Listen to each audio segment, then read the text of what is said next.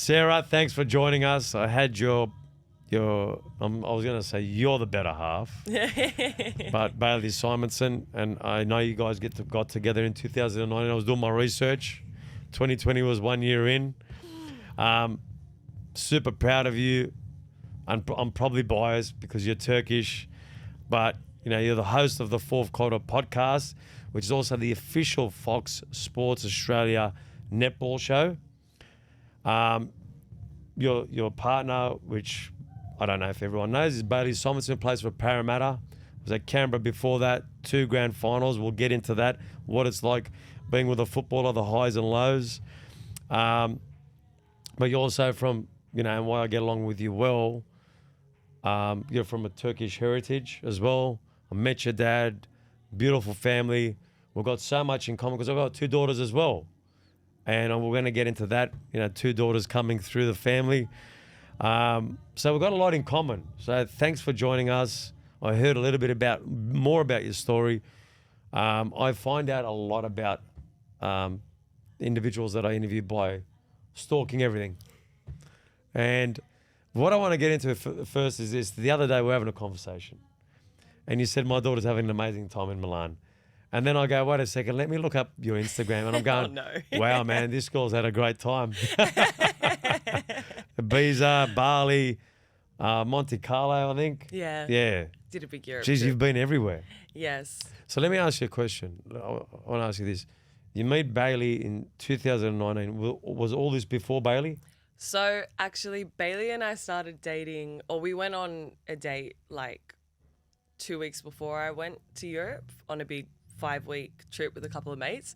We went on a date, like we'd spoken a bit through mutual friends, and he was living in Canberra at the time. He just moved over from New Zealand, and I think he was training with Canberra. I don't know if he had signed yet or just started playing.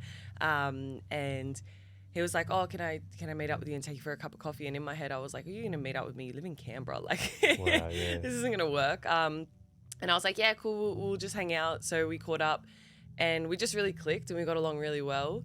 And then my whole trip through Europe, we'd only met each other twice before, but we were like just talking on the phone the whole time, every day. Wow, yeah. Yeah, I think my friends were getting really annoyed at me because we were having like 5-6 hour phone calls. And then came home, just kept the relationship going. He would drive up from Canberra on his days off, get up really early, drive back. And we just made it work for a few years. And then with COVID and stuff, I kind of could stay down there for a while because I had just started working with Fox, but I worked in the digital and social team at the time, so I could work from home. So just made it work. And then he got the opportunity to come up to Parramatta. I thought about moving to Canberra a few times, but working in politics or political media or the other media stations they had down there, it wasn't really for me. I felt I always wanted to work at Fox Sports, and that was like the pinnacle for me. So I didn't want to go anywhere else. So and he has family in Sydney, and he loves where we live, the area we live. We're very lucky. We're living in mum and dad's old place with my sister and her partner. So we just had a really nice lifestyle here that he wanted to make it work. So got the opportunity to move to Parramatta, and yeah, but no, all the partying, it was towards the end of my partying life, but he was still in the picture for that, yeah. So, Turkish dad and your partying. I mean, it's funny because your dad's a fair bit older than me, so I'm just trying to think. He's a bit more old school. You know what I mean? I've come to terms with all of that. With my daughter coming through. Obviously, we're going to get into the netball and obviously the show's about netball, but your dad was pushing you to soccer, right? So what were the conversations like? You're going out a lot, as parents, Turkish parents, especially being a WOG, we're going, well, what's your career path? What was those conversations like early on? So, to be honest, Dad always knew my sister and I were quite ambitious ever since we were young, and Mum and Dad never went to university.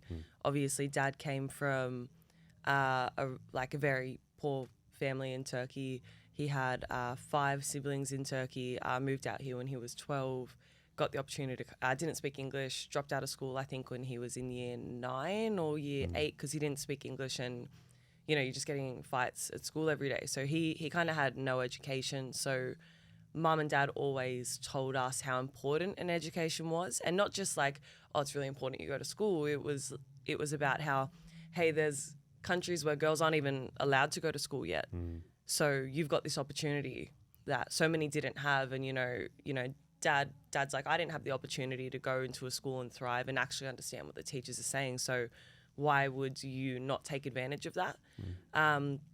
So I think we always appreciated that opportunity, and it was always a goal for my sister and myself to go to university and finish university. Dad always said, I want you to, but like that's your choice and you just do your best, and I'll always be proud of you if you do your best. Mum was like, you go to university or you're out of my house. Wow. She was kind of joking. She was a little bit like, she was a little bit tougher. She was always saying, you need to go to university. And then when we were stressing over HSC, she was like, university's not everything.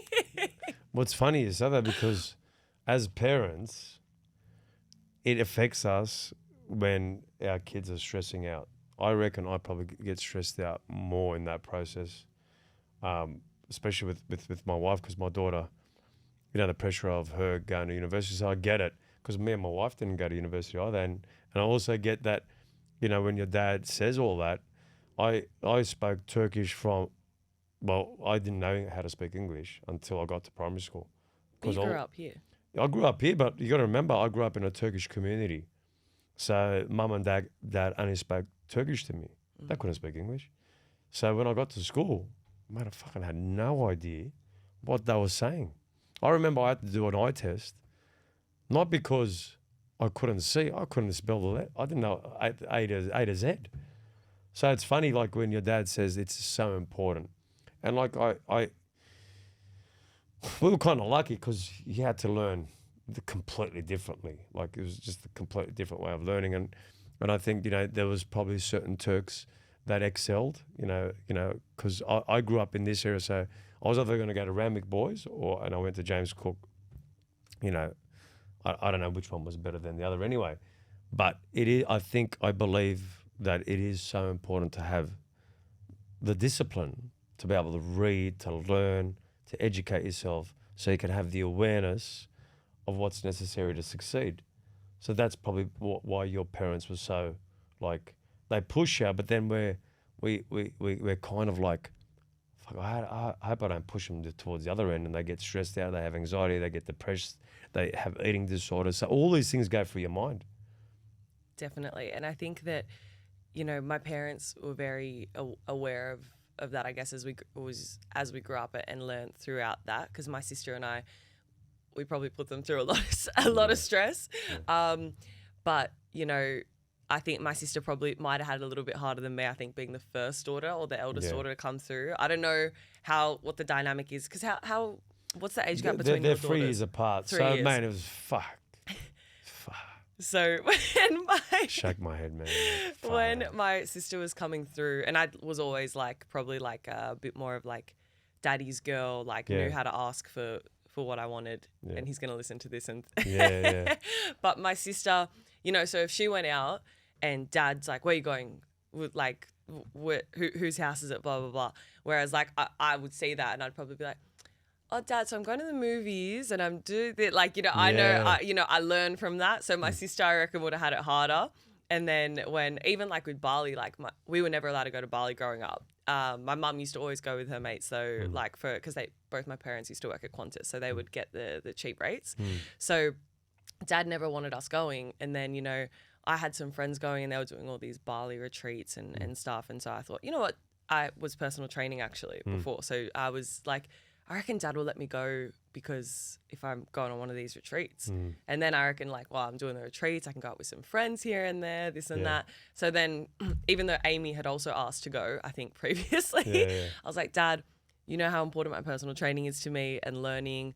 My friends are going on this retreat. Can I go? And then he didn't want me to miss out, obviously, because he wants me to take advantage of all those opportunities and travel and whatnot. So he was like, oh, okay, because I positioned it in a way where it's towards my career and ambition. Yeah, so.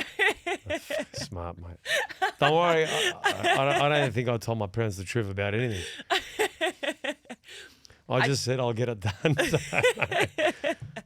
Yeah, it's funny. It's funny. Yeah, and so then he let you go. He let me go, and I did like. How old were you then?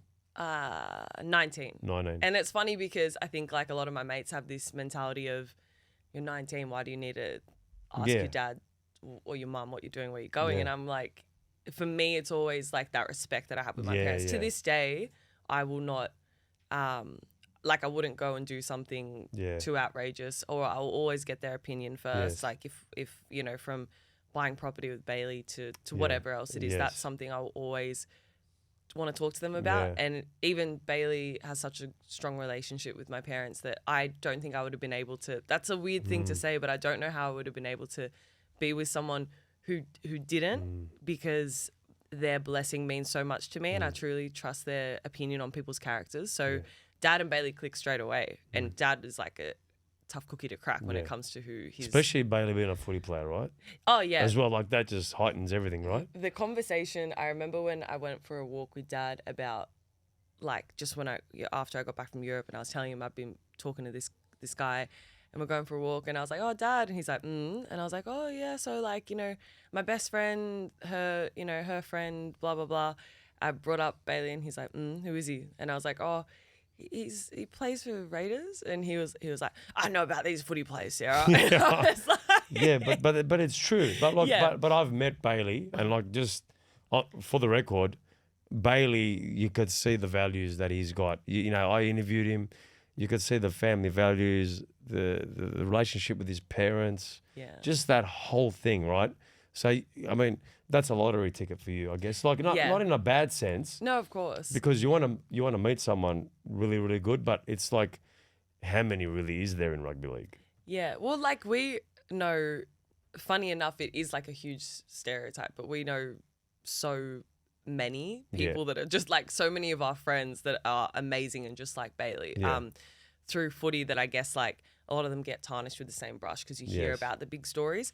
But also on the flip side of that, I feel like there's a lot of people I know that aren't, you know, that get up to no good, but nobody knows about it because they're not in the public eye. That's right. So that's you know, I do think that just finding like a good person is pretty rare anyway, and vice versa. Like me and my family values, I know that Bailey appreciates me, and I know that, you know, he's not going to find someone with the same values as me every day. So that's right, 100%. I hold that value in myself as well, which is important too. I think, to be like, you know, for both people to see their value before, you know, coming together. So yeah, it's great. And dad and him have a really great relationship. My family love him, I remember, but it was very scary bringing him over to me. And he didn't want to keep hanging out, because we would hang out here, and then like he'd come hang out with my sister at our house up the road, and he met my mum, my grandma, and then he didn't feel comfortable coming and picking me up or going out on dates or coming by the house and not meeting my dad, because my parents lived with my grandma just up the road.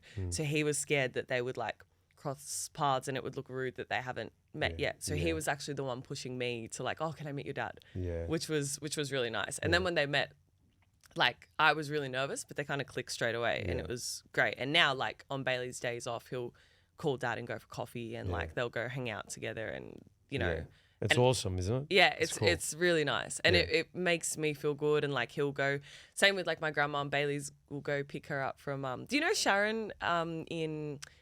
She's Turkish as well. She's our hairdresser in Matraville, but Sharon. We might have to go meet her now. Yeah, I know. Get some hair extensions. Yeah, Dad goes and gets his haircut only from her. Yeah. Really? Wow. She's the best. But so my grandmother goes there as well, and Bailey will drop her and pick her up and wait in the hairdresser and that kind of thing. So it's really nice having a partner who cares as much about family as you do. Yeah. And like being like Bailey's got 2 nephews who I see as my nephews now, and that's like been the most amazing thing over the past couple of years, them coming over. So yeah, it's just like our family's gotten bigger, and it's really nice. Now let's move on to your career. How has, let's say you're working behind the scenes, right? Obviously for Fox, and you're doing the digital media work. Did you kind of go, okay, I know where I want to go now? Or did an opportunity come because of just the work ethic that you put forward with Fox beforehand? How did that come about?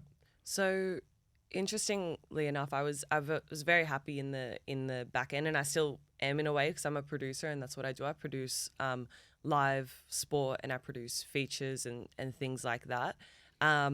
But when I always wanted to move into producing. It's like producing and directing, that kind of thing. That always interested me.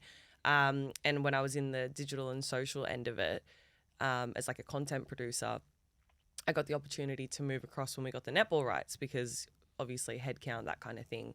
My mentor, my boss, Erin, she was like a mentor for me at the time, and I said, hey, I really want to be in your team. She's the executive producer of FOX Netball.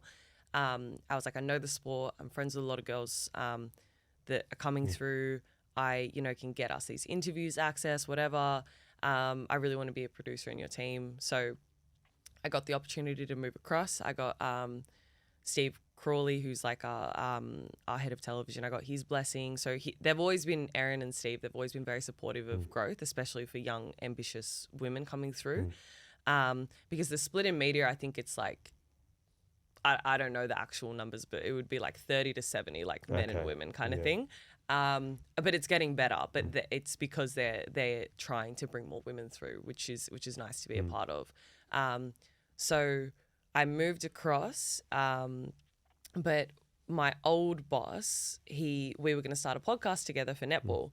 And when I moved across, he was like, hey, I still think you would be a really good host for the podcast. And it wasn't something that I thought about doing. When I was younger, I thought about going into journalism, hosting, presenting. But I think once you go through your teenage years, you get a bit more timid and you get a bit more, I don't know, in this day and age, I feel like you can't take up space. You're a bit more self-conscious. You're worried about what other people are going to think of you. And it's such a change that I feel like happens just after high school or during high school. So all the ambitions I had that were like, if I thought that made me look cocky, I was like, nah, push them away, because, you don't want to look like you care too much about yourself or people are going to think, What happens is we get trapped in this thought process, and I talk to so many people that if we're going to do something, people are going to hate on us. Yes. What are we going to be perceived as? Am I going to be able to do well with these comments that are going to come my way? So we start to project all the negative things that are going to happen, so we don't take action. Yes. Right? And then we push things to the side. And I think, correct me if I'm wrong, because you were around the back, behind the scenes, it kind of gave you more confidence to say, hey, I think I can go back to the front now, which was my first ambition. Yeah, interestingly, it was like that ambition was so far behind that I almost forgot about it, that it was kind of like, hey, and I didn't know if I would ever get the opportunity. So then when someone say, hey, I actually think you would be a really good host, like I actually see that in you, it kind of lit something in me that was like, oh, I actually can have faith or courage in myself to pursue that original ambition. Yeah. So I owe a lot to, his name's Harris, and I work with him. He's the other producer of The Fourth Quarter. I think he's head of the social team at Fox, but he was like, yeah, I think you'd be a really good host. And he gave me a lot of feedback. And then we started the podcast up. It went really well in its first year. Learned a lot. I'd probably cringe if I listened to the first one now, because we were just talking about that. Like, we've done 1,000 videos in a year and a half. It's been 1,000. I'm gonna go watch the first one after this. No, we can't. Like, he goes. It was funny because we thought we were right, but we were shit. You know what I mean? That's the funny thing. You think, and then it's not bad. I reckon we'll look at stuff now in a year's time and go, fuck, we sucked again. Yeah, exactly. but even then, when we were putting content, everyone liked it. Yeah. And then we went again and again and again, but it happens to everyone. Exactly. So anyway, it was a really good experience. I was going in like kind of sometimes on my days off just to practice, and on the weekends, if someone said to me, hey, I can talk to you at 6 a.m, I'd be like, cool, all right, like try to go and talk to them at that time. I was just really keen because it was exciting, and I love writing. That's another thing. I used to want to be a screenwriter, so I was like trying to write all these yarns. And I just really enjoyed the process. But it was a really busy year as well, because it was my first year producing. So you're learning this whole other set of skills that you're still trying to apply. Yeah. And then last year they said, my boss came up to me and was like, hey, we're going to make it a TV show. Do you want to go to NIDA and do some training and all this kind of thing? And it was like, whoa, this is so cool. So again, if I watch the first TV, because it's different when you're going from like here, like obviously it's being filmed. So you're aware you're on camera. Whereas we didn't always film the podcast I was doing, or sometimes I wouldn't even look at the vision because I was never focusing as that I'm on camera. Yeah. And because you got to look right down the barrel, right? Sometimes. It's very different. Like TV hosting and presenting is very different, I guess, from podcast style. So you had to I had to find a happy medium. Yes. And now I'm doing some training with Fox Sports News, which is a whole other set of skills altogether, because you're really presenting and projecting. And, you know, I was like, oh, yeah, I've had some experience with the auto cue. And then I sat down and I was like, oh, this is so much harder than what I thought. Yeah. But again, every time I go in and practice, I know I'm getting better. Yeah. And whether that's something I do or not, the training is invaluable. And I'm so lucky that my workplace is, you know, encouraging that. Yeah. So this year it'll still be a show, but it'll be on KO, and then it will still remain a podcast. It won't be on Foxtel anymore. We're kind of moving a bit more towards digital and KO freebies. Yeah. So that's exciting and in itself. But you know, I was like producing it and editing and we have an editor that made it look really good, but I was doing like the cut down and all that kind of thing. And it was a lot, but it was a whole set of skills. And I think the best thing for me was going home, and I don't like. Probably not a lot of people were watching it at the time because it was on at this. Maybe the replays did quite well, but the live time was the same as Thursday night league. So obviously you're competing with live sport, which you're never going to win that battle. I'd put on the footy too, but my dad would, and he loves his footy. But I'll come home and Dad will always have the show on. Yeah. And watching it and tuning in and you know, scrolling on his phone and saying, oh, she's done this and this, and you know, and he's the biggest advocate for women's sports and female sports and female in media and just females in general. He's always told my sister and I that, like, you know, sky's the limit. And I know, like, that's how you would feel with having that's two daughters. how I'm with women. Like, look, it's funny because, you know, in my family, I got more nieces than nephews. You know, there's women everywhere. And like for me, and like especially when you got two daughters, it changes your whole perspective on everything. And you start to realize just how important women are in business, and that they can achieve and they can do some massive things. And it's just being in the right environment. Like I'm a huge advocate for that. Obviously, like my daughter's gone to uni, she's at Mervac. It's the same thing I tell her all the time. You know, you're meant to be here. You're meant to do this. You're meant to go to that next level. You're meant to pave the way. You know, all women should feel like that. I don't think that should be something that people shy away from. Like if I look at like everything you're telling me about your story, from the producing to doing all that, like I'm just super interested. Like it just interests me because you're learning each and every moving part from the back end to the front end. They're getting more training. And it's so important that you get those reps in, because then the sky honestly becomes like you can go anywhere. There's no limit to where you can go, and I don't think if I was whether I'm a male or a female, it doesn't matter who you are, right? If you're a female, you should go, well, I'm going to compete against these guys that are at the best in their game. You know, whether it's, you know, Matty Johns or whoever it is, because at the end of the day, we've all got the same intellect.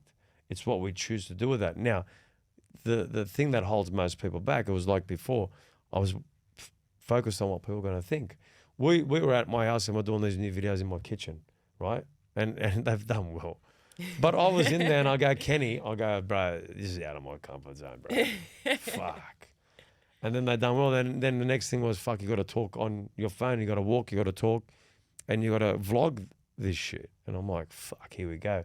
But at every point, what I realized was this. I said, I'm just going to take action on it. I don't care if I'm good or not. It is what it is. But I can then review it. Like, it's funny. Go and listen to the first few episodes. And we had these things where we, you know, for all the other platforms, not YouTube, I've got to, you know, do an announcement for Sarah, and I was looking at it, and it wasn't my writing. And then Kenny goes, "Have you listened to these?" I said, "Bro, I can't hear my fucking voice, man." But you need to. And I did. Yeah. I go, "Bro, that is fucking shit. I'm never doing that again." So the guy that was writing it, I said, "Bro, I'm not doing your shit anymore." Because he looked at me funny. I said, "I'm not doing it." I go listen to the new ones. And he looked at me funny again. And it was like, I don't know what I'm doing. And then he listened to it. He goes, "Fuck, bro, they were unbelievable." Because I done it in a way where it was from my heart.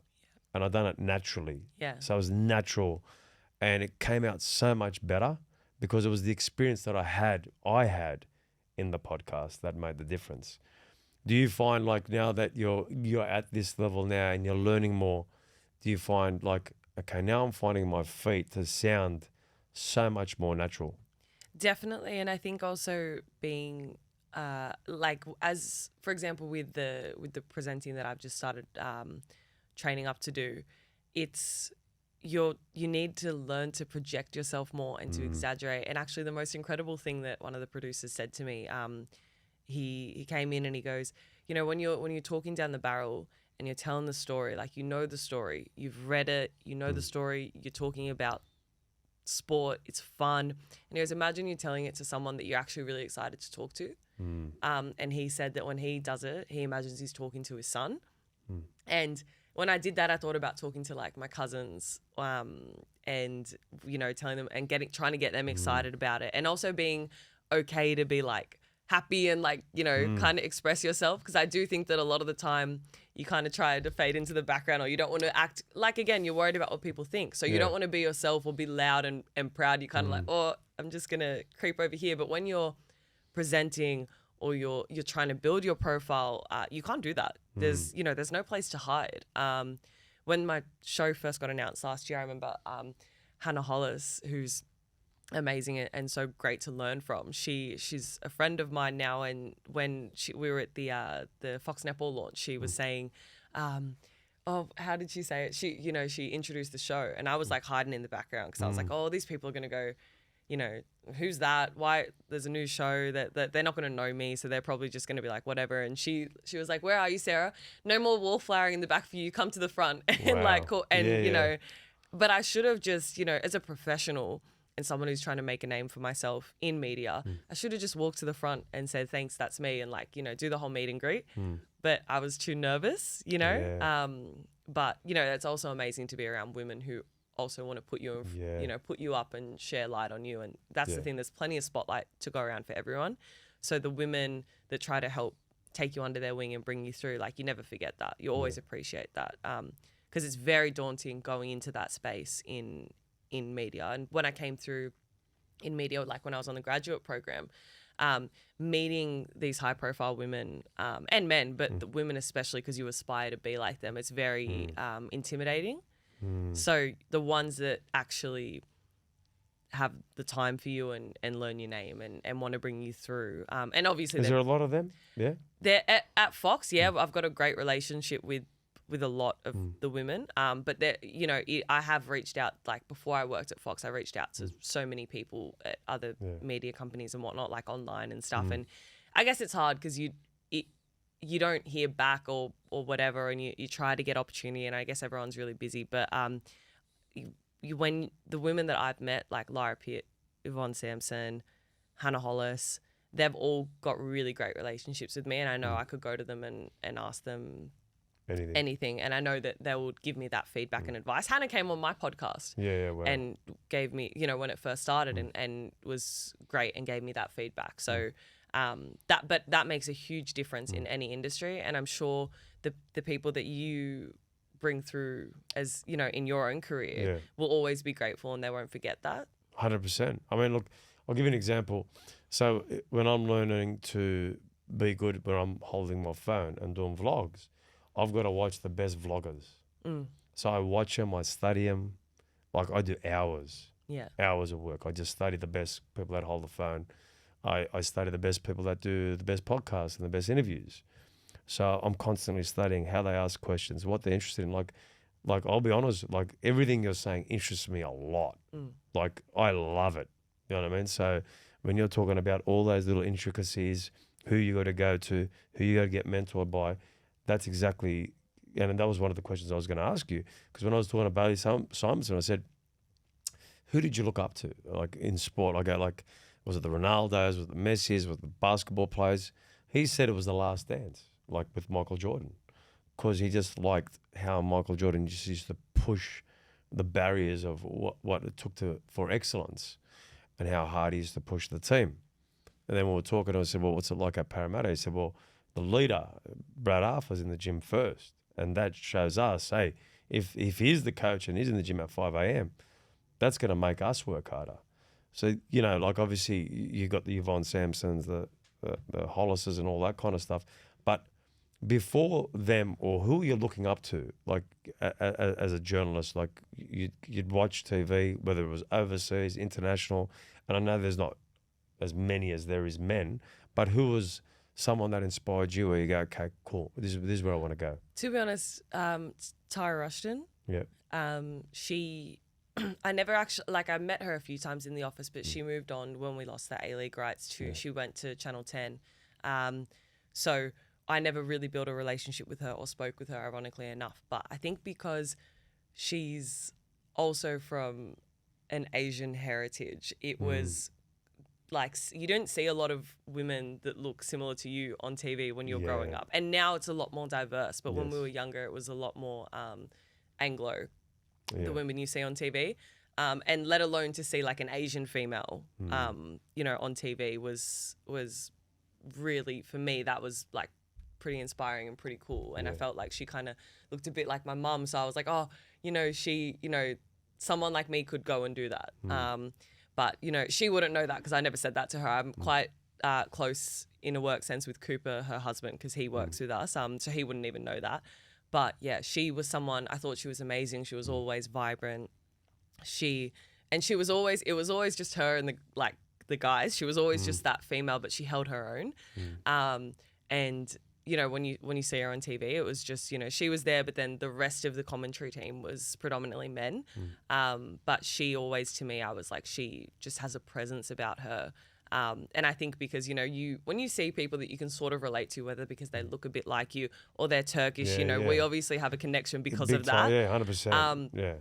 You know, makes a difference. It like, does. I'll give you an example. Say I was in the States and someone said, you know, and I couldn't find any Aussies around, and they go, I'm from Sydney and I'm from Coogee. 100%. Because you're overseas, now you got a connection. So it helps a lot, because it's like, for me, I'll be honest with you, like I'm proud, like to know that you're Turkish and that you're doing this and you're forging this career, and the way you're thinking inspires me. Because I go, mate, I'm rooting for this girl. I want her to kill it. You know what I mean? And that support, I think, helps a lot. It helps a lot. You know what I mean? When someone's going, hey, listen, you have a bad day. It's cool, man. You're good enough. Let's go. And do you have those days sometimes? Yeah, I think definitely. Like when you feel like you've really learned a skill and then you move into something else. Like after my first practice at Fox Sports News, I walked out and I was like, oh my gosh, that was awful. And I felt really down on myself because I was like, I'll never be able to, you know, do that, whatever. And I went in for another practice, and then it was after Christmas, and I was kind of like, oh, I'm just going to wait for them to ask me to come back in. I'm not going to think about it too much. And then Steve, who's also like a very good mentor, I guess I see him as a mentor as well. He saw me in the office and he goes, how's it been going? I was like, yeah, it's been going good. I went in a few times, but I'll just wait to see when they're available for me to go again. And he was like, no, he goes, tell them you want to go in and practice. Tell them you want to keep going in and practice. He goes, even if you're not doing a shift or you're not doing a news read where you're on camera, go in and say, hey, I want to practice. I want to learn. That shows your character, Sarah. You need to show them, you know, the character that I know you have. And obviously when someone says that to you, I'm not going to not message, you know, Fox Sports News. I'm not going to leave it. And then just in a week, Steve comes up to me and says, hey, have you gone back in? And I say no, because that shows I'm not ambitious. So I just emailed and I said, hey, guys, I know I've got a lot of learning to do, but I'm really keen to come in as much as I can when you guys are free, when you'll have me. I want to be up to standard so that you can call on me to use me whenever you want to. And even then, just for my own hosting and presenting, because I want to better myself, and I put my boss on it so she could see that. And they replied, they said, we would love to have you come in as much as you can whenever you want to, because we're all, I guess, the same company, and they want me to get better so that I'm an option for them, but also just so, helping each other out, I guess.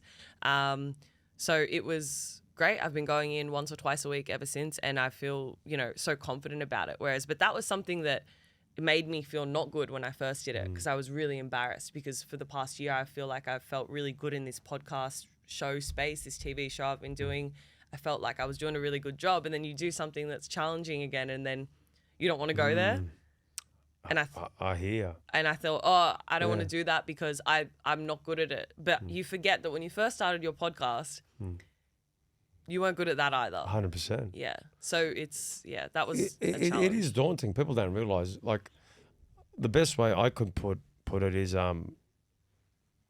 we do lots of different types of content. And, like a few weeks ago, we said, we've got to do more stuff in the kitchen. And I was like, we wrote it down on Tuesday. Actually, we wrote that this is what we're going to do. We didn't write what the script was. So I said, fuck, okay, if I'm going to do this, I've got to take action. I said, well, okay, Thursday, Kenny, we're filming. So I had to get prepared on the Wednesday, do it on the Thursday, and then he edited really quick. By Friday, Saturday, we had him out. And then we showed Clay, and then Clay goes, mate, I guess I was confident you guys could do it, but he goes, I didn't think you were going to nail it like that. And he was at my house, and I said to him, I go, bro, I don't know how the fuck this is going to go, man. I go, Kenny, I'm just going to fucking have a crack, bro. And then we walked away, and he goes, bro, they were actually really, really good. So there's so many moments as a journalist when you're fronting to the camera where you got to change, levels. This is the level I'm at right now. This is how I've got to speak to my friends. This is how I've got to speak to, my kids. I've got to be ready. And now they want me to do this. Now I've got to practice again. Now I've got to learn again. I've got to write more notes. I guess if you look back at it, it's almost like going through your HSC.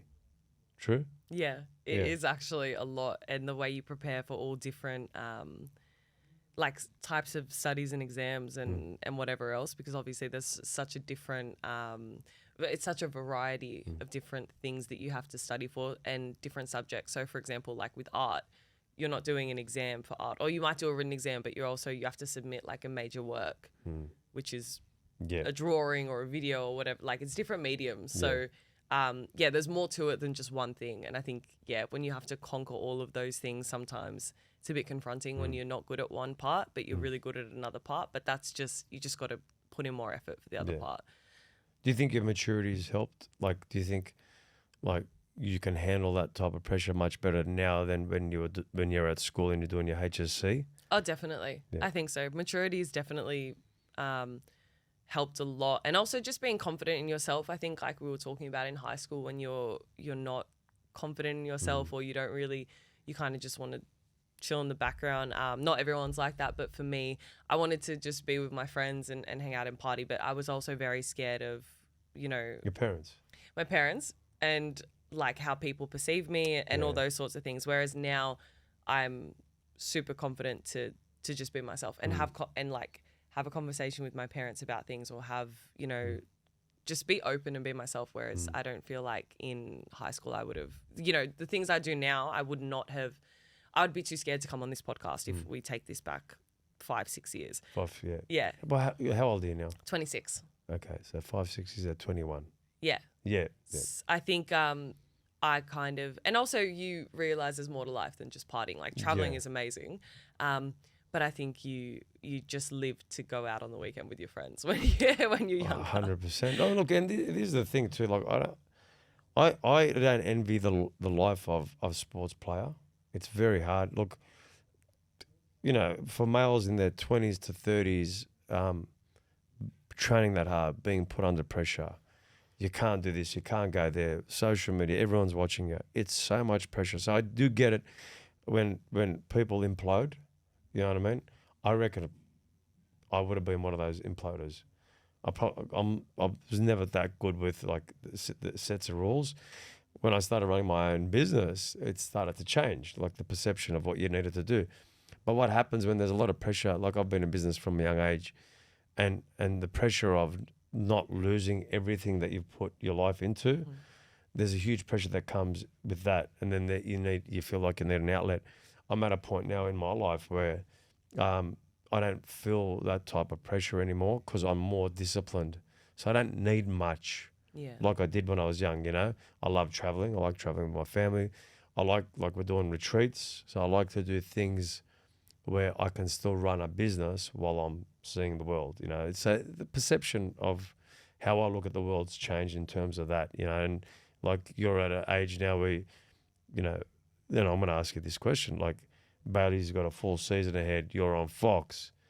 How do you guys get to know where you want to go now on vacations? Because everyone loves going away. Yeah. How do you, is that a kind of like a new pressure, or you guys are going to work it out? You know, you're engaged, going to get married. So we're getting married in December. Yeah. And obviously we won't be able to have a honeymoon per se because in December he'll probably have to go back to training unless they win the grand final, and they don't have to go back till, you know, after January. So it'd be great if they could do that just so we could get a honeymoon on top of other things. Yeah. But we're thinking about having a pre-honeymoon, so going away in October, November. The first year we started dating, actually, Bailey, and this is when we were still doing long distance, so it was hard. And Bailey was in the Kiwi squad. No, he was in the nines. And from the nines, there was a Kiwi squad, which they to go and play the tests. And he hadn't originally been selected in that. He was just selected in the nines. So we had booked to go to Hawaii on my birthday, and which is the 20th of October. So he calls me at midnight, and it's my birthday, and we're meant to go to Hawaii the next day. Wow. And he's like, hey, happy birthday. And I hadn't seen him in like 2 weeks. And he's like, hey, happy birthday. We're not going to Hawaii anymore. Wow. I got selected to go. And I was so happy for him, but I was so upset because I was like, it's really hard, especially when you first start dating someone, like not seeing them for long periods of time. So I was like, so you're going to go away. I'm not going to see you for another 4 weeks or whatever the tour was. And like, you know, I've put all my leave to go away here. Yeah, wow. I got to talk to my boss and see if I can get that back, or I'm just going to be sitting here. Like it was a whole thing. And he actually he'd gotten the trip as a birthday present for me. So I ended up giving it to his mum. It all worked out. But it was, I think from then on, I was like, okay, now everything we buy is flexible tickets, and I need to be open, you know, to change. But when it's hard because I obviously work on netball predominantly, and I do my hosting on netball, but I also work on league. Yeah. So and NRLW, of course. So I kind of shouldn't be taking leave within that period anyway. Yeah, like I can, that's right, yeah. I can, but most of us in the team don't. So I think, you know, when netball season finishes, because it's a small team of us and we work really hard, at the end of the season, we all have a few days off. Yeah. And then somebody might take leave there. One of us might take leave there for a couple of weeks, and the rest of us will work on until the end of the league season, and then one or two of us will take leave there. So it actually works out because we kind of work in the same industry. You know, like we both went up to Magic Rounds together. I was there for work, he was there for work, and then, you know, he was staying in the same hotel as me. So we just, you know, alternate hotel rooms. So yeah, it's funny. Like I'll go out to sometimes his shoots because I'm there for work or whatever else. So like we do crossover a lot, which is, it's kind of funny, kind of fun. He'll be with people from my work all the time, or, you know, FaceTiming in the Maddie John show when I'm at work, and I remember being like, oh, I didn't tee this up. Why are you on the TV now? Like, so it's funny when we cross over, but it actually works really well, I think. And we have that understanding for one another because we know the media, we know the type of work we work in is quite similar. We've both got sort of, you know, mine less so, but we've both got profiles we're trying to build. So that's cool. It's cool. It's a cool grind to be a part of. And I think it actually, you know, like I know we're quite young to be getting married, but like it's just not really. I mean, fuck, I was young. Well, that's how old were you? Stupid, man. Fuck, no, I wasn't stupid. No. No, I was 27, man. Oh, that's not fucking young for a male. Dad was. I was with Susie from 20. So it's pretty, You're a lucky man. She's beautiful and she amazing. Is. Look, I am very lucky. So when I say that, I say it not in a bad way, but I go, fuck, 27-year-old man. How old's Bailey? 27? Bailey's 4 months younger than me. Okay. But so he's the year below, but I always say 4 months younger because it's only 4 months. Yeah, but you know what? I'll be honest with you. It's actually a good age. Like, if you leave it too late, and look, I'm kind of lucky because my daughter's 20, right? And the other one's 17. But it's cool to be a younger dad. Yes. It is. Definitely. I feel it is. I could be wrong. There's older dads out there, but I could be wrong. My dad's a little bit older. Oh, he's How old is your dad? I think he's 64. I think 64. Yeah. He's not going to be happy. Putting his age out 64. here. So how old was he when he had you guys? That would have been. He was like 33, 32. I think he was like 32 when he had my sister, maybe, and 30. Like he was, so he was nearly early 30s, nearly mid 30s. But you know, it's not that much older, and he's very fit, and you know, he swims all the way up the Coogee and all that kind of thing. And I'm always scared he's gonna get taken by a shark. But I couldn't do that, mate. He swims like all the way to Mate, the how dog does park he and do back. that, It's so scary. And you know what? He's a Turk. Turks don't swim, bro. He didn't know how to swim. He's told me stories when he moved out here and he nearly drowned. Knee deep. Turks do not swim. Anyway, but also he hadn't been in the water in 30 years, and then we took my cousins for a swim, and then he went in the water, and then all of a sudden he thought he had to swim all the way out to wedding cake. Anyway, he... Mum always said knee deep. Yeah. Go to the pool. Knee deep. Go to the pool. Botany pools. So... but in that sense, he's not an older dad, but I love my dad. I'm so close with my dad. The relationship we have is so special that I'm always like, I wish he was younger. I want him to be younger because I want more and more years with him all the time. Which I'm lucky we live here. I'm lucky Bailey likes living there with, you know, so close to my family. And that they have us and help us. That we go over there for dinner a few nights a week because I get that time with them, which I know a lot of people don't get. So I'm so blessed to have that time with my dad, my mum. My mum is a little bit younger, so I think I never see her as that much older anyway. And my grandmother, who's quite young as well. My grandma, I think, was like 20, 21 when she had my mum. Okay, well. Yeah, so she's pretty young. Yeah, she's pretty young. So, you know, and she's fit. She will. Is your grandfather alive? No, my grandfather passed away on my mum's side in his 60s. He was dad's age, which is really, really scary and young. And my grandparents on dad's side have both passed away. When did she pass away? Because I seen that on your stories. When was that? Baba Ane was 2019, I think. 2019, yeah, so just when I think it was just after Bailey and I ended up going to Hawaii, but I think the trip... She lived here? She lived here, but she had dementia. Okay, wow. So we had moved... She lived in Burwood in her apartment, and then we moved her into St. Basil's at Randwick. Yeah. It's like I don't know what you call it, like a home, but where they look after people with dementia and stuff. So we would go see her every day, and you know, try to feed her and stuff like that. So that was tough. And you know, but it's weird because Dad, it would have been real tough for him, but he was always like looking after us. So yeah. And my grandpa lived in Melbourne, and he was a fair bit older. He passed away. I think I was in like year 12 or something. So that was a while back. Yeah. Wow. It's always hard, isn't it? Like when you see your grandparents. I mean, I don't know my grandparents because I've never saw any of them. But it's harder. Like your generation or my kids' generation, they get to see that. Yes. They see both sides. You know what I mean? And I don't know. Like my kids are very close to their grandparents. Were you very close to your grandparents? Very close to my grandparents. Yeah. Like Dad's dad. Not as much because we didn't see him as often because he lived in Melbourne and he was like a fair bit older. But still always, you know, when you see them, you get cuddles and you know that's your grandparent and you have that love. My babane, very close. And my grandma, Lola, we call her, which is grandma in Tagalog, which is Filipino. We're super close with.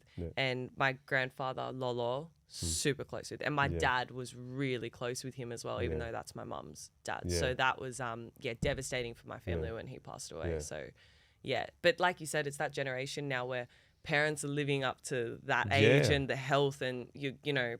Yeah, you're getting to see them for a long time. And you know, it's funny because you see them, you feel like they're going to be around forever. Yeah, you and know. it's hard, and that loss is definitely devastating. Yeah. But it's also really special that you get more time with them, and I think Yeah. you just need to look at it that way. I get shattered whenever I lose someone, as everyone Yeah, it does, but does. I think it gives me a bit of an existential crisis where I'm like, you know, am I ever going to see them again? So, but I think changing that and just being like, you're so lucky that you got so much time with them, or just to know them, is super important as well, which is like such a blessing. So yeah, I'm very blessed that I live with my family, or near my family, that they look out for us, and that my grandmother's there too, which is really special. So every day when we see her, or you know, she cooks us You know something. what's funny? I said to Susie yesterday because my daughter's overseas, coming back tomorrow night. Oh, tomorrow night. Yeah, because it was funny. What? When she left. No, she's coming back tomorrow night. It's been 3 weeks. Yeah. She's had a ball, right? Oh, I can tell. But Susie's like, you know, it's been. Oh, she'll say it was hard for me too, because every day I go, it's happy hump day. 2 more days, 2 more sleep, Susie. Oh. I keep saying that every day. I go 3 more sleep, Susie. Every day I say. I go, listen, Sue. I go, what if she finds a man, and she lives overseas, and she goes, "Oh, have you ever thought about it?" And it's hard because even for me, because like in the last few weeks, the house felt empty because my other daughter was sleeping at a friend's house. I go, Sue, we got to learn how to be together again. We don't talk. We don't talk. Like I'm going, fuck. What? Am I in a different world here? I was like in a different time zone. Oh. So it's funny because, you know, when you have daughters and we're like, my family is very similar to your family. We're very close, like my brothers, my in-laws. You know, there's group chats, you know, and Oh yeah, the group when chats. look, and you know, I don't want anyone to feel like, oh fuck, they're lucky, because you know you, it's like, you know how you got supported coming through. You needed those mentors and all that kind of stuff. But when you do have it, you do miss it a lot more, you know. And I do, like I was talking to Brian Johnston, who played for St. George, represented Australia. I remember just before Christmas, he goes, Mets, you know, it's a great time of the year, but he goes, do you know how bad of a time of the year it is for more people? Yeah. You know, and you know, like, I don't know what you're like. I'm the kind of guy, like, I'm pretty tough on people, but I go, man, I'll help you. I'll show you the way, you know. But in life, like, even though you came from great parents, good family, that you know, they were never going to push you to the point where it was going to affect you. You had to be ambitious. You had to go for it. You had this goal, and it was so important to you. How important is it to have goals and not put it on the back burner and make sure that you attend to those? How important is it? Because what has it done for your confidence? Everything. I think it's so important also just to, for like mental health as well. I feel like it's huge because if you don't have a goal, what are you working towards? Like obviously, I feel like without working towards, I don't know, something, I don't know where my satisfaction would be coming from in a way. Like it's nice to, it's almost like every day if you're on a holiday, you're not going to appreciate the holiday. Like there has to be some sort of work ethic in there and you have to be working towards something for a reason. For me, I've always been ambitious. I've always had my goals, and I've always. I think that like there was a few years there probably where there was a lot of self-doubt about achieving those. So then you're probably not putting the work you need to because you don't want to be faced with failure or rejection. That's a really hard thing to be okay to face. And I think when you get past that and see that failure or rejection leads to growth and is one step closer to your goals, that's huge.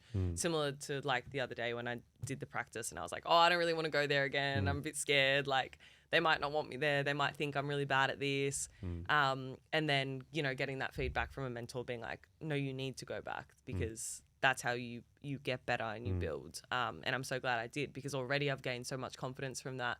And I know I've gotten so much better at that, and I can apply that to my show, you know, I can apply that to other aspects of my life and just having confidence in general. Yeah. So it matters a lot. It matters so much. And I think that goals and setting goals is something I want to get better at as well.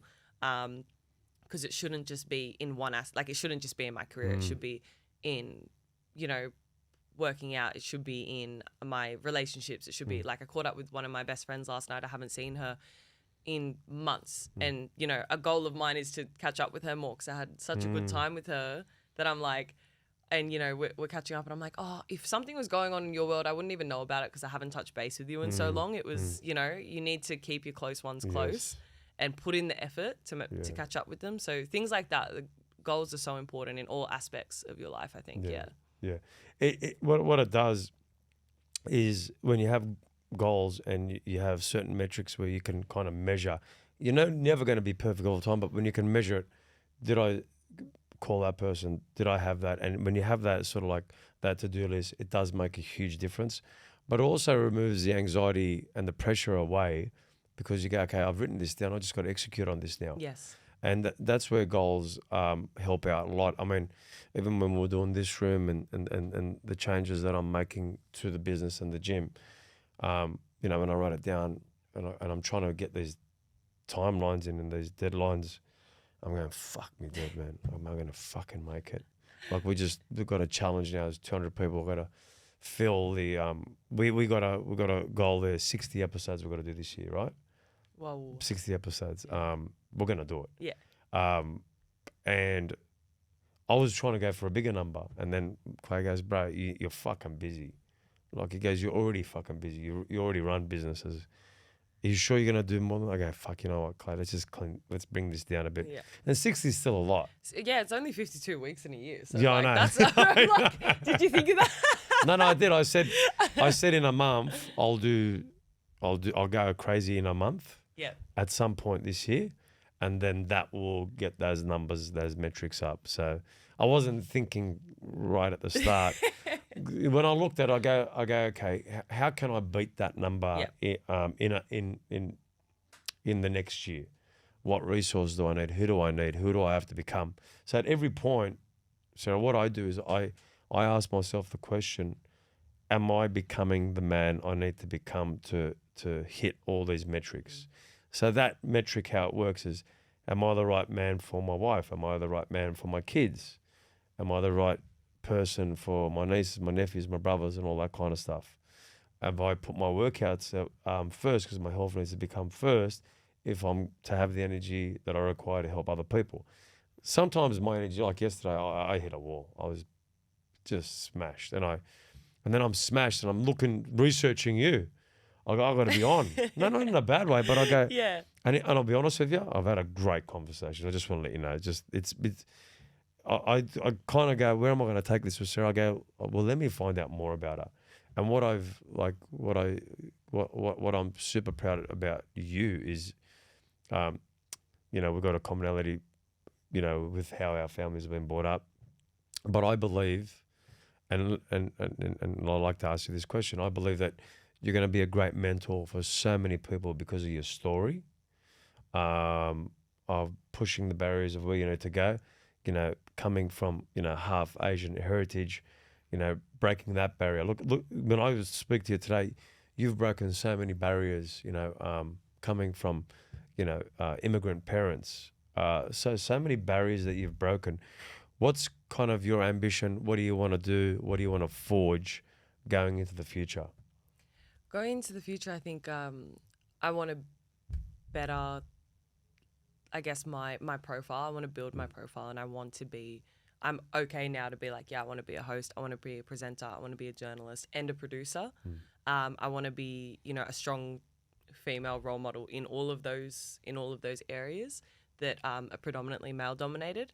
And I want to, I guess, build enough of a reputation that I can be a mentor and that people want to be mentored by me.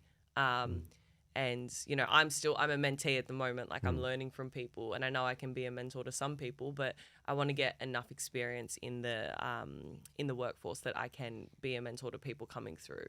And also change the game a bit, change the, you know, what it means to be a presenter. I don't think that presenters should just be women who are, you know, look a certain way, act a certain way, you know, just, you know, like, you know, usually it's like, oh, if someone's attractive and they're outspoken or you know, have a nice voice, it's like, oh, she'd make a great presenter, when it's like, no, there's so much more to presenting and hosting. And the women before me especially the women at Fox have already changed the game in that sense. They're pretty hard hitting journalists, but I want to add to that, and I want to talk more about, being what, with the NRLW coming through. I want to talk to women about their challenges and their journey coming through there and be a part of that sport's growth. Netball, there's so much growth that netball needs to have in this country, and I want to be a part of that. Pathways, I want to impact on pathways. There's so many things, and I think when you look at it, it's very overwhelming. But I know that I'm only 26. I'm very early in my journey, and I'm learning a lot. So, there's so much more to go. Sky's still the limit. If you cross over to rugby league, can you still stay in netball as well, or can you do them both simultaneously, or you got to pick one? Oh no, definitely. I think it work. I haven't ever asked to be working on rugby league in a host sense or a presenter sense or anything like that. But I do produce on it, and it's kind of all one big team. So any of the sports that we cover, we cross through all of them. So it's not really an issue. And if I asked to do something, like I'm sure if I asked to work on something specifically, my bosses would find a way to get me to. Yeah. Obviously, you've got to, if you get the opportunity, you've got to make it happen. Yes, that's a big thing. Because it doesn't come often. Yeah, so if I ask for something like, can I do this? Can I do that? They'd be like, yeah, sure. So even though my bosses are being like, yeah, you can go work and practice at Fox Sports News, they're not going to put me on air. That's something that, if I work hard enough at practicing and Fox Sports News wants to put me on air, that's their decision. Do you know what I mean? Yes, so it's kind of like, we'll give you the tools, but you need to make it happen, which I think is perfect as well, because it makes it feel better for you when you actually achieve that goal. So with the podcast, it's like, yeah, you can do that. We'll give you the room and the microphones, but you need to build that if you want it to go further. So that's something we did in our own time. And then it, getting rewarded by having that be a TV show was huge. Because you knew that it actually cut through. Yeah. So yeah, that's the best thing about it, I think, is having the opportunity where I work out to kind of hit all those goals. Yeah. And obviously, like, netball is probably an area, because you played the game, a lot of the players that have come through, does that make it more comfortable? Obviously, rugby league now because of Bailey Simonson. Moving from the men to the females, is that more of a challenge, or is there a lot of similarities there? No, I think there's it's not really. Like, I think there's a lot of similarities there, and the hard thing with netball, I've played it.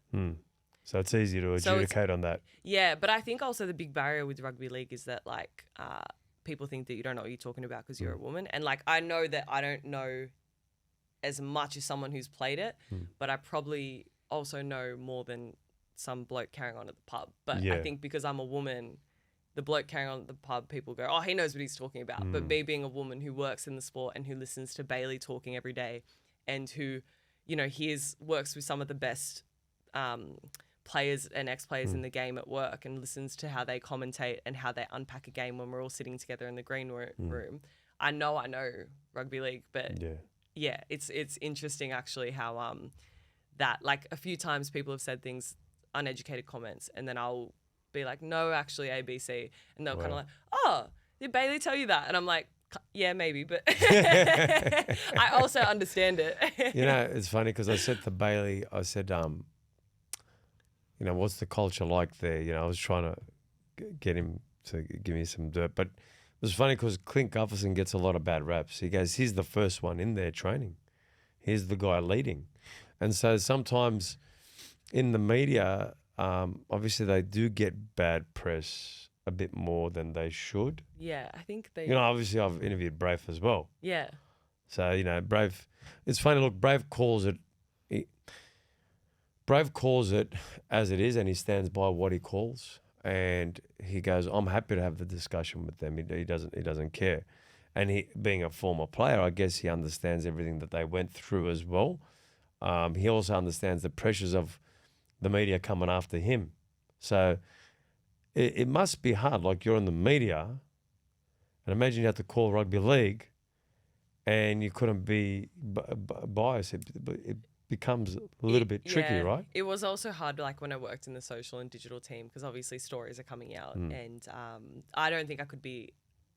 I don't know. It's hard because I don't know if I'd be able to be a journalist on rugby league, like a presenter and a host, yes, but because you would probably have to cover stories that made you uncomfortable. Yeah.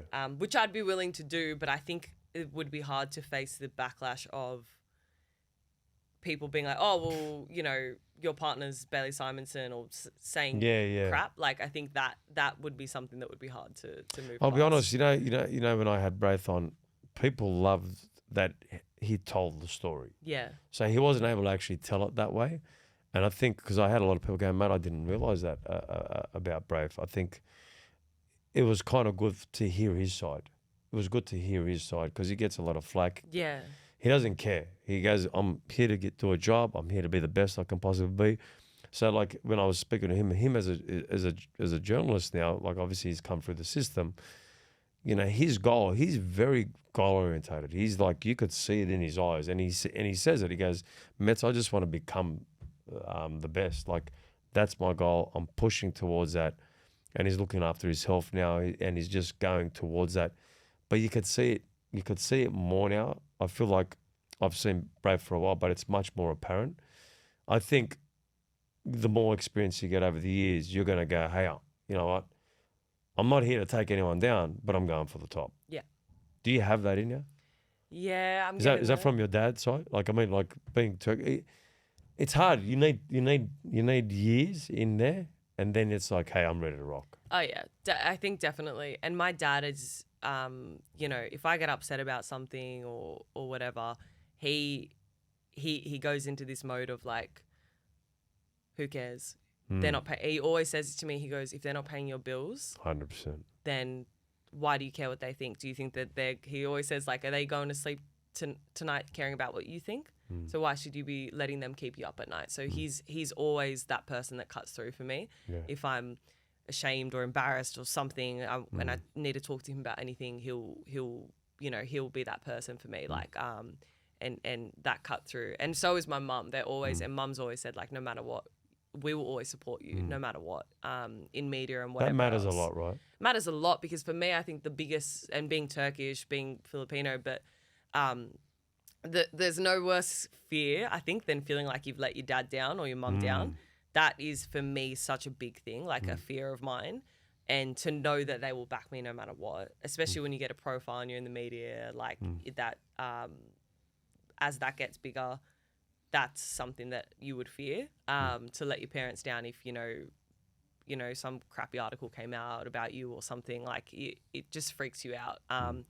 Or thinking that you're not doing a good job, anything like that. Like, I think my parents have always, they've always been like, hey, just, we've got you no matter what, we got your back. Yeah. And that makes a huge difference. Yeah. And they say the same for Bailey, obviously, as well. So that's, like, they don't care what comes out in the media about a shit game or anything like that. They're like, you know, we've got him, we've got you. Yeah, cool. And it's really cool. Yeah. Makes a big difference. It does. Well, fuck, Sarah, we could be going on for hours. I know. But that was like so easy. I just want to thank you. Like honestly, I'm super proud of what you're doing right now. I can see you're going to have a huge career. You've got great foundations, great parents, great partner, which does make a massive difference when you've got the right people in your corner. Like, and people have to go find that. They have to find the right people in their corner that give them the confidence and the foundations that when things do get hard, when they do get challenging, that they've got those individuals that they've got their backs. And I think it's very, very important. But also, like, taking away from what you said today, get in there, practice, challenge yourself, you know, put in the reps. Your first one's not going to be the best. You're going to look back in a year's time, you're going to go, you know, you probably at the time go, you know what, I've done well.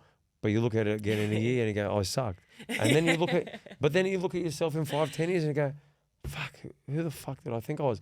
But that's what it takes. Everyone should have a crack.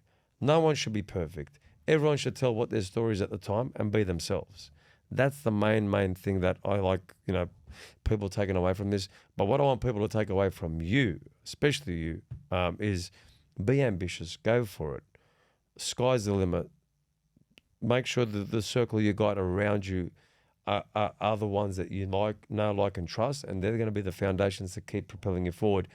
You're going to have bad days. It doesn't matter. You get back up and you keep moving forward. That sounds pretty good to me. I'd like to summarize that. Might put that in my memoir. That's going to be don't my... worry, we'll put it out on a video. But no, I appreciate it, man. No, thank you so mate, I could much. have spoken to you for many more hours, and I didn't know same. which direction this was going to go in, but now I know why you're going to forge an unbelievable career, and you're going to pave the way for so many people. Thanks again. Thanks, Mets. That means a lot to me. Appreciate Thank you for it. having me on. No, thank you.